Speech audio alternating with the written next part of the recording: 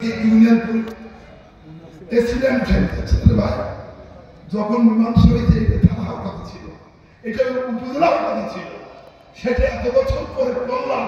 আর তুই ডিসি বাহাদুর, আমরা বেঁচে থাকতে, মস্কো বেঁচে থাকতে, লিটু চেয়ারম্যান বা মোহাম্মদ বেঁচে থাকতে, শফিকুল বেঁচে থাকতে, এইখানে কি বেঁচে যেতে দেওয়া যাবে?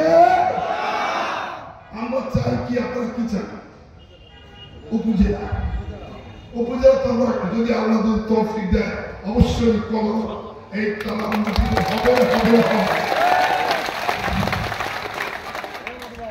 আপনারা কি চান?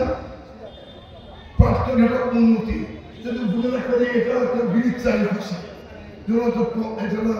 একটু হাঁটার জন্য মানুষ চায়, আর কিছু বিনোদনের কিছু কাজ হবে আমরা যদি দেয়, যেটা বেলি ব্রিজ হোক, যে কোনো দিয়ে আমরা এলাকার উন্নতি করবো বলে ঘোষণা করছি। আর রাস্তা করি এবং আমরা সেগুলো করব। তারপরে আমরা স্কুল, ভাই স্কুলের পড়াশোনা তো ছিল না, পরীক্ষা দিতে যেত না, ছেলেরা কলেজে যেত না, স্কুলের পড়াশোনা ছিল কত ভয়ঙ্কর।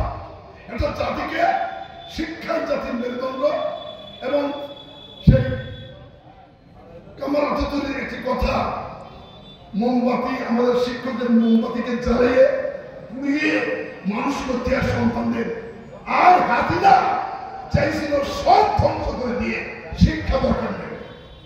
তাহলে জাতি শিক্ষার দরকার নেই। নবীজি বলেছিলেন, যদি শিক্ষার জন্য যদি চায়না যাও, বেধর্মী যাও, চীনে যাও, সেখানে যাও। তাই নবীজির কথা একটা পড়ো, তাই যদি হয়। হাসিনা কি পড়তে চেয়েছিলেন? কাউকে একেবারে শিক্ষা ব্যবস্থাটাই ধ্বংস। আমরা করেছিলাম নকলমুক্ত পরীক্ষা, আর হাসিনা দেশে বিনা পরীক্ষায় পাস, গ্যারেজ দিয়ে পাস, অটো পাস, পরীক্ষা না নিয়েও পাস করতে। এটা হয় বন্ধুগণ। তাই বক্তৃতা অনেক কথা ছিল। আগামী আমরা যদি পাস করি, আমরা দেশের বিপ্লব ঘটাবো।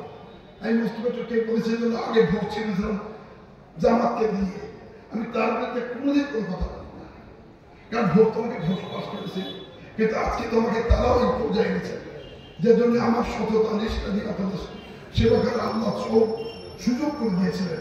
আগামীতে করতে চাই। আপনার কি প্রস্তুত? দেখাতে